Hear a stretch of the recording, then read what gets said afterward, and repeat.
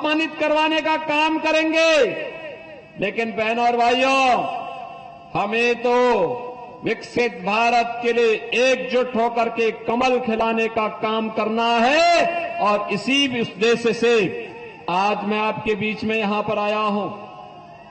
पूरे देश की जो आवाज है, उस आवाज के साथ हम सबको जुड़ना है।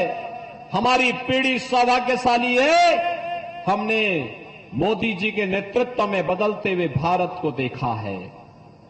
एक भारत श्रेष्ठ भारत, एक ऐसा भारत आज दुनिया में जिसका सम्मान है, एक ऐसा भारत जिसकी सीमाएं सुरक्षित हैं, एक ऐसा भारत जो आतंकवाद और नक्सलवाद पर जीरो टॉलरेंस की नीति के तहत काम करता है।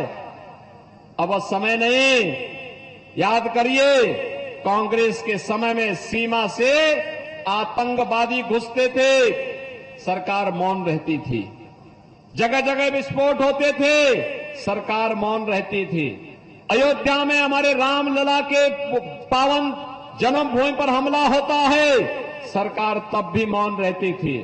काशी में संकट मोचन मंदिर पर हमला होता है, तो तब भी सरकार मौन रहती थी।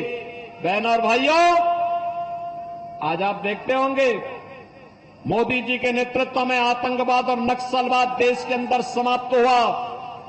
लेकिन साथ साथ अब तो पटाखा भी जोर से फट जाए तो पाकिस्तान पहले सफाई देता, कहता साहब मेरा हाथ नहीं है, उसे मालूम है नया भारत है। नया भारत छेड़ता नहीं है, लेकिन कोई छेड़ता है तो उसको छोड़ता भी, रसातल से भी ढूंढ निकालेगा और फिर राम नाम सत्य है की यात्रा भी निकाल देगा। आज तो आप विकास कार्य देख रहे होंगे। अच्छा सांसद चुना जाता है तो हाईवे दे देता है। सुल्तानपुर की कनेक्टिविटी तो इधर अयोध्या के लिए, इधर प्रयागराज के लिए, इधर लखनऊ के लिए 4 लेन की कनेक्टिविटी से जुड़ गया है। बहनों और भाइयों, ट्रेन की बेहतरीन सुविधा, वंदे भारत, अमृत भारत, नमो भारत जैसी अत्याधुनिक ट्रेन, और अब तो 1 डिस्ट्रिक्ट 1 मेडिकल कॉलेज। आपने मेनका जी के लिए ताली नहीं बजाई मेडिकल कॉलेज लाने के लिए। कोई सोचता था इस सुल्तानपुर में मेडिकल कॉलेज बनेगा, वो बन गया ना। बहनों और भाइयों, हर जिले में एक एक मेडिकल कॉलेज, आईआईटी बन रहे हैं, आईएम बन रहे हैं, एम्स बन रहे हैं। रायबरेली में एम्स बन गया। और यही नहीं, अब तो हर घर नल योजना भी है और नल में जल भी है ना। आप सोचो, ये समाजवादी पार्टी की सरकार के समय गरीब भूख से मरता था, किसान आत्महत्या करता था, नौजवान प्लान करता था, बेटी और व्यापारी सुरक्षित नहीं थी। आज 80 करोड़ लोग देश में फ्री में राशन की सुविधा प्राप्त कर रहे हैं। 60 करोड़ लोगों को 5 लाख रुपए प्रतिवर्ष आयुष्मान भारत की सुविधा, फ्री में उपचार की सुविधा प्राप्त हो रही है। मोदी जी ने कहा है 4 जून के बाद जब फिर एक बार मोदी सरकार बनेगी तो 70 वर्ष से ऊपर के हर एक बुजुर्ग को 5 लाख रुपए की फ्री में स्वास्थ्य बीमा उपलब्ध करवाएंगे। 12 करोड़ किसानों को किसान सम्मान निधि, 1 करोड़ दिव्यांगजन, निराश्रित महिलाएं और बुजुर्गों को हम लोग प्रदेश में 1,000 रुपए यानी 12,000 रुपए सालाना पेंशन की सुविधा उपलब्ध करवा रहे हैं। बहनों और भाइयों, 12 करोड़ घरों में शौचालय बन गए, 10 करोड़ घरों में उज्ज्वला योजना का कनेक्शन पहुंच गया। और यूपी में तो हमने किया है, होली और दीपावली में एक भरा हुआ सिलेंडर भी इन लोगों को उपलब्ध करवा रहे हैं। 4 करोड़ गरीबों के मकान बन गए हैं और मोदी जी ने कहा है 4 जून को जब फिर एक बार मोदी सरकार बनेगी तो बाकी बचे हुए गरीबों के भी मकान बनेंगे। इधर रामलला विराजमान हुए और उधर प्रदेश के सभी बड़े बड़े माफियाओं का राम नाम सत्य है भी हो गया। जो बाकी बचे होंगे उनके घरों में भी खलबली मची होगी। वे भी अपने छुपने का ठिकाना ढूंढ रहे होंगे। लेकिन आप निश्चिंत रहिए, ये नए भारत का नया उत्तर प्रदेश है। बेटी भी और व्यापारी दोनों सुरक्षित होगा। बहनों और भाइयों, मैं तो कहने के लिए आपके पास आया हूं एक बहुत जरूरी बात को लेकर के। ये जो समाजवादी पार्टी और कांग्रेस का गठबंधन है, जब भी हुआ है अनर्थकारी हुआ है, देश के लिए खतरनाक है। आप देख रहे होंगे कितनी भगदड़ मच रही है रोज। आप सोचो, ये गुंडे अगर सत्ता में आते क्या करते, जो अपने नेता के लिए जाकर के क्या मारपीट करते हैं, कैसी वहां पे उनके मंचों पे तोड़फोड़ हो रही है, कैसे किसी का मंच टूट रहा है, कोई मंच पे धराशायी हो जा रहा है, कोई धक्का देके अपने नेता को नीचे गिरा दे रहा है और स्वयं भी मंच पर काबिज हो जा रहा है। ये तो समाजवादी पार्टी का संस्कार हो गया है। और दूसरी ओर इनका मैनिफेस्टो भी देखो। एक खतरनाक बात, उन्होंने दो बातें बहुत खतरनाक कही हैं, यद्यपि पूरा खतरनाक बातों से ही उनका मैनिफेस्टो भरा पड़ा है, जिसके आधार पर कोई सरकार चलाती है कोई पार्टी। लेकिन एक बात, अनुसूचित जाति और पिछड़ी जाति के आरक्षण के अधिकार पर ये लोग सेंध लगाना चाहते हैं और आपके अधिकार को ये मुसलमानों को बांटना चाहते हैं। क्या आप इसको देंगे? क्या आप इसकी स्वतंत्रता देंगे? क्या बाबा साहब भीमराव अंबेडकर ने कहा था, धर्म के आधार पर भारत के अंदर आरक्षण नहीं हो सकता। बाबा साहब भीमराव अंबेडकर का अपमान इन्होंने किया और आज भारत के संविधान के विरुद्ध आचरण करने की बात करते हैं।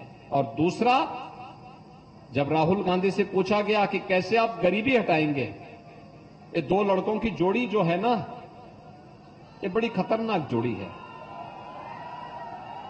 उनको कुछ भी पता नहीं होता है, दोनों को घर में रटाना पड़ता है आज क्या बोलना है। क्योंकि एक तो 11 बजे सो के उठेंगे तो उनको पता ही नहीं कि क्या करना है, फिर जल्दी जल्दी कार्यक्रम कहीं लग गए तो फिर उनको तैयार करके भेजना पड़ता है, और 50 साल और 60 साल के हो जाएंगे तब भी ये लड़के ही रहेंगे, जीवन भर उनको लड़का ही रहना है। बहनों और भाइयों, मैं आपसे कहने के लिए आया हूं। उनसे पूछा गया क्या करेंगे गरीबी के लिए, कहा गरीबी हटाएंगे। कहा रे भाई, दादी ने भी तो यही नारा दिया था, नाती भी यही बोल रहा है। कहा नहीं एक झटके में हटाएंगे। कहा कैसे? कहा सर्वे करवा देंगे संपत्ति का सर्वे। और फिर क्या करेंगे? कहा फिर विरासत टैक्स लगाएंगे। कहा विरासत टैक्स? कहा कहा कैसे? कहा अगर किसी के पूर्वज ने, आपके बाप दादों ने, आपके ग्रैंडफादर और फादर ने, आपकी मां ने कोई संपत्ति अर्जित की है, खेत लिया होगा, मकान लिया होगा, प्लॉट लिया होगा, जेवर लिए होंगे, पैसा जमा किया होगा, एफडी की होगी, कोई अन्य पैसा कहीं लगाया होगा, उसमें से आधा पैसा, ये आधा प्रॉपर्टी, चल और अचल संपत्ति, आधी ये विरासत टैक्स के नाम पर आपसे ले लेंगे और फिर इसको पाकिस्तानी, बांग्लादेशी और अफगानिस्तानी घुसपैठियों को देने का काम करेंगे। क्या आप इसको स्वीकार करेंगे? क्या अरे खून और पसीना आपके पूर्वजों का, और कब्जा करने के लिए आएंगे ये, क्या आप इसको स्वीकार करेंगे? क्या बहनों और भाइयों, मैं तो कहता हूं वे आपसे वोट मांगना चाहते हैं और फिर आप ही के ऊपर खतरा पैदा करना चाहते हैं। इसी को कहते हैं भस्मासुर। भस्मासुर की आत्मा इनके अंदर भी घुस चुकी है। और वैसे भी जब ये लोग आते हैं सत्ता में, समाजवादी पार्टी का तो नारा ही होता है, क्या नारा होता है? समाज सपा का है एक ही नारा, खाली प्लॉट कब्जा करो वह है हमारा। यही तो बोलते थे ना, यही करते थे ना। और ये विरासत टैक्स उसी तर्ज पर ये लोग लागू करना चाहते हैं। क्या विरासत टैक्स देंगे? क्या ये भस्मासुरों को फिर से सत्ता सौंपेंगे? क्या सौंपने का काम करेंगे? क्या कतई ये गलती नहीं होनी चाहिए। और इसीलिए आज मैं आया हूं सुल्तानपुर में। सुल्तानपुर के विकास के दोषी हैं कांग्रेस और समाजवादी पार्टी। अयोध्या कितने लोग गए हैं इधर 22 जनवरी के बाद? ओह, पूरा ही कादीपुर और पूरा ही सुल्तानपुर जा चुका है। यानी आपने वहां का दर्शन कर लिया रामलला का। अयोध्या में अच्छा लगा? अच्छा लगा ना? सड़कें कितनी अच्छी हो गई, देखा ना? और आपने देखा होगा राम मंदिर भी बन गया, 4 लेन 6 लेन की सड़कें भी बन गई, और बनने के साथ साथ वहां के इंटरनेशनल एयरपोर्ट, अब तो सुल्तानपुर के लोग मुंबई और दुनिया के कहीं से भी आना चाहेंगे तो अयोध्या एयरपोर्ट में बैठो, आपके लिए तो आधा सुल्तानपुर में। सुल्तानपुर एक सबसे नजदीक, आपके लिए सबसे नजदीक हो गया। और हमने एयरपोर्ट का नाम क्या रखा है? महर्षि वाल्मीकि के नाम पे। किसके नाम पे रखा है? अयोध्या में यात्री विश्रामालय जितने बनाए गए हैं उनका नामकरण किसके नाम पे है? निषाद राज के नाम पे। किसके नाम पे है? निषाद राज के नाम पे। और वहां श्रद्धालुओं के लिए जो भोजन मिलता है, उस भोजनालय का नामकरण किसके नाम पर है? माता सबरी के नाम पर। यह है सामाजिक न्याय, ये है सामाजिक न्याय। रामलला सबको लेकर के चलते हैं।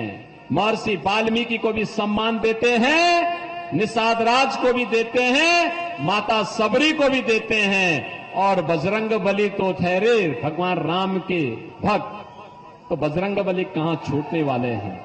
और इसीलिए मैं आया हूं आपके पास। बहनों और भाइयों, जिन लोगों ने सुल्तानपुर को मेडिकल कॉलेज के लिए तरसाया था, जिन लोगों ने अयोध्या में राम मंदिर पर हमला करवाया था, जिन लोगों ने बूंद बूंद पानी के लिए आपको तरसाया था, और जिन लोगों ने गरीबों को भूखों मरने के लिए, तड़पने के लिए छोड़ा था, उन लोगों को अपनी वोट की चोट से उनकी जमानत जब्त करवाने की आवश्यकता है। यही कहने के लिए आज मैं आपके पास आया हूं। करेंगे? करेंगे?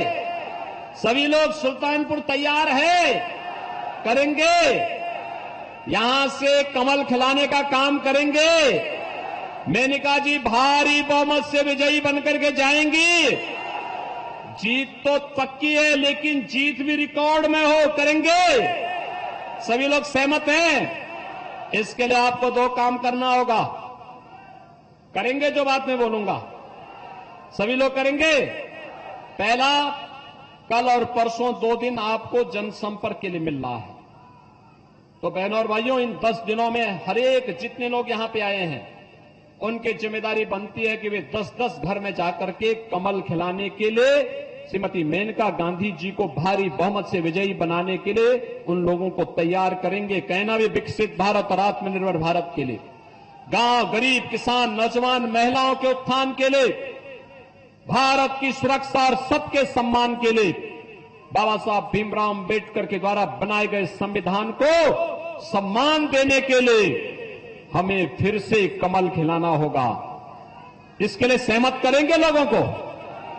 और 25 मई को प्रातःकाल 6:30 बजे से लोगों को तैयार करके ठीक 7 बजे मतदान केंद्र पर पहुंचकर उन 20 परिवारों से मतदान करवाने में योगदान देना। करेंगे? करेंगे? सुल्तानपुर तैयार करेगा? भारी बहुमत से कमल खिलाएंगे? मेनका जी को भारी बहुमत से विजयी बनाएंगे? तो फिर मेरे साथ बोलेंगे, भारत माता की, भारत माता की, भारत माता की जय श्री राम, जय जय श्री राम।